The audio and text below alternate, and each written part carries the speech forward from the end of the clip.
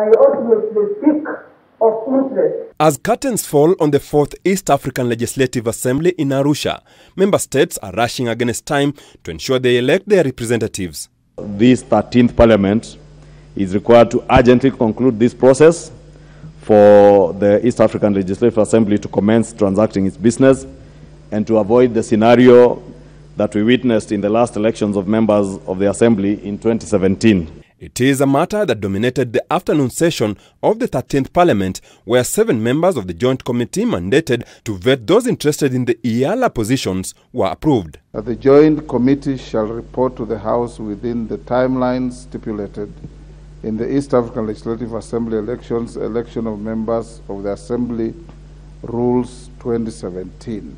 Amongst those approved to serve in the committee is Kipipiri legislator Wanjiku Muhia, who will serve as the co-chair, MPs John Mutunga, Daniel Nanok, Francis Sigei, Ruth Adhiambo, Dr. Makali Mulu and Sabina Chege. The MPs have also called on measures to be put in place that will ensure oversight on EALA. Our members there, who were there previously, did not actually reflect critically the quality of Kenyans who are representing up in that particular assembly. I want to propose that when we start discussing these members that are going to EALA, to have good quality people, we have to have one institutional memory and people with quality. People with degrees in law would be an added advantage. People with degrees in international relations would be an added advantage. According to Article 49 of the East Africa Community Treaty, EALA is the legislative organ of the community. Unlike most legislatures, its core functions are legislating, oversighting, and representation.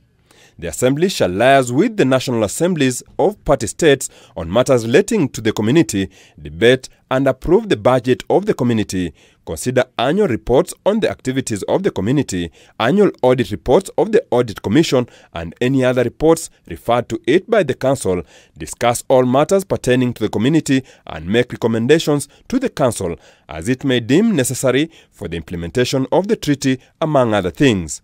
EALA cannot oversight them because they are in our individual countries. On the other hand, we can't oversight them because they have been the source of funding is from the Secretariat in Arusha. In the 4th East African Legislative Assembly, out of the 9 serving representatives, 4 of them vied in the just concluded general elections and made it to the 13th Parliament. These include Jamatia Florence, Dr. Oburu Oginga, Muhia Wanjiku, and Aburu Mpuri. The representatives are supposed to be elected at least 90 days before the end of the current assembly, which is on the 17th of December. Philip Murutu, K24, Nairobi.